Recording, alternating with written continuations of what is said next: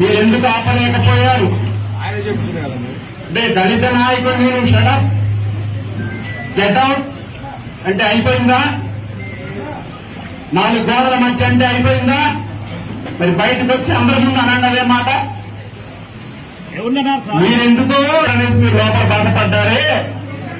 మరి దళిత నాయకుడైన నేను, ఉన్నత విద్యను అభ్యసించిన నేను,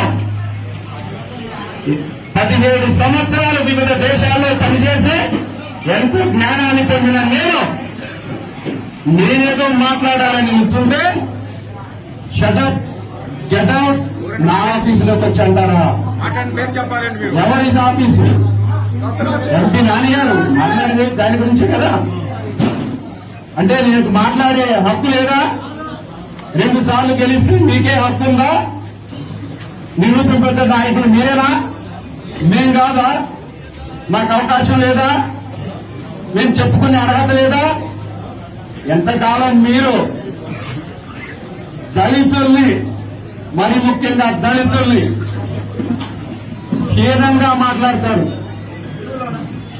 తప్పనిసరిగా మీకు రాబోయే కాలంలో మీరు అనుకుంటున్నారు 7 నియోజకవర్గాలు నేను గెలిపించగలను అని. ఒక్కసారి వెనక్కి చూసుకోండి. మీరొక్కళ్ళే గెలిచారు, 7 నియోజకవర్గాలు కూడా మీరు ఓడించారు. మీరు విధ్వంసానికే ఉన్నారు. తప్పనిసరిగా బాబు గారికి సరి అయిన పరిష్కారం సృష్టిస్తుంటే మీరెందుకు ఆపలేకపోయారు? ఆయన చెప్తున్నారు కదండి. అంటే దళిత నాయకుడు నేను షటప్ గెట్అవుట్ అంటే అయిపోయిందా? 4 గోడల మధ్య అంటే అయిపోయిందా? మరి బయటకు వచ్చి అందరి ముందు అనండి అదే మాట.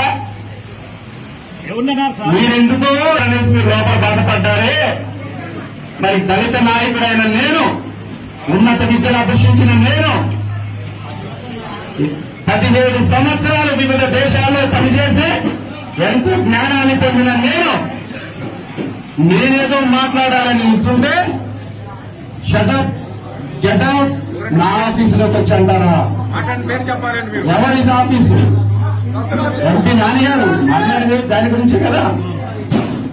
అంటే నేను మాట్లాడే హక్కు లేదా? 2 సార్లు గెలిస్తే మీకే హక్కు ఉందా? నిరూపింపడ్డ నాయకులు మీరేనా? మేం కాదా? మాకు అవకాశం లేదా? మేము చెప్పుకునే అర్హత లేదా? ఎంతకాలం మీరు